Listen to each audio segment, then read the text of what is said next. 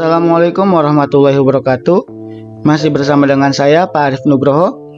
Hari ini kita akan belajar tentang teks prosedur di bagian struktur dan kebahasaan.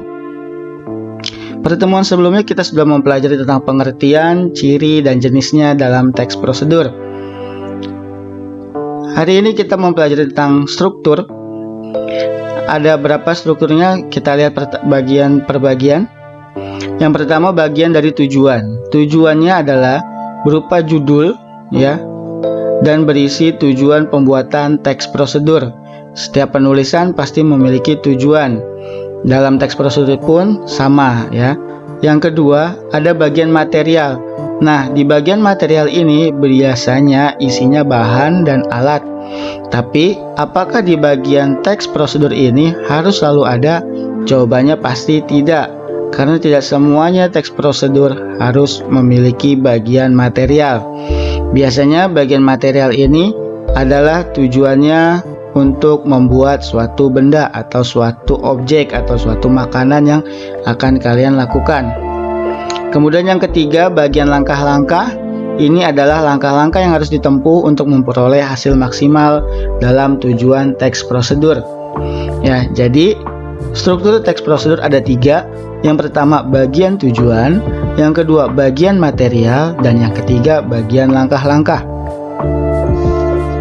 Selanjutnya, kaidah kebahasaan teks prosedur. Yang pertama, penanda wacana. Yang kedua, kata ganti atau pronomina. Yang ketiga, konjungsi. Dan yang keempat, kalimat imperatif, deklaratif, dan interrogatif. Penanda wacana adalah sebuah kata yang rangkaian kata atau rangkaian kata yang berfungsi untuk menghubungkan atau merangkai berbagai bagian dari sebuah wacana atau sebuah bacaan hingga menjadi bacaan yang lebih padu. Contoh kata penanda wacana ini adalah contoh-contoh katanya, yaitu ada pertama, selanjutnya, setelah itu, kemudian, lalu, dan akhirnya. Contoh kalimatnya yaitu kemudian tekan tombol power atau on untuk menghidupkan televisi. Di sini contoh kata penanda wacananya adalah kemudian. Yang kedua, kata ganti pronomina. Kata ganti atau pronomina adalah segala kata yang dipakai untuk menggantikan kata benda atau kata yang dibendakan. Contoh, ia, nya, mereka, kita, dan kami. Dan yang ketiga adalah konjungsi. Konjungsi disebut juga sebagai kata sambung atau penghubung. Konjungsi merupakan kata yang bertugas untuk menghubungkan dua klausa atau lebih. Konjungsi menyatakan syarat, ya, di sini kasih tanda kutip, terdapat dalam teks prosedur, karena memang harus ada konjungsi dalam setiap teks prosedur. Konjungsi yang digunakan adalah jika, apabila, dan seandainya. Kemudian dalam konjungsi ada lagi disebut dengan konjungsi temporal atau konjungsi yang mengacu pada urutan waktu dan sekaligus menjadi sarana kohesi teks. Contoh, kemudian atau setelah.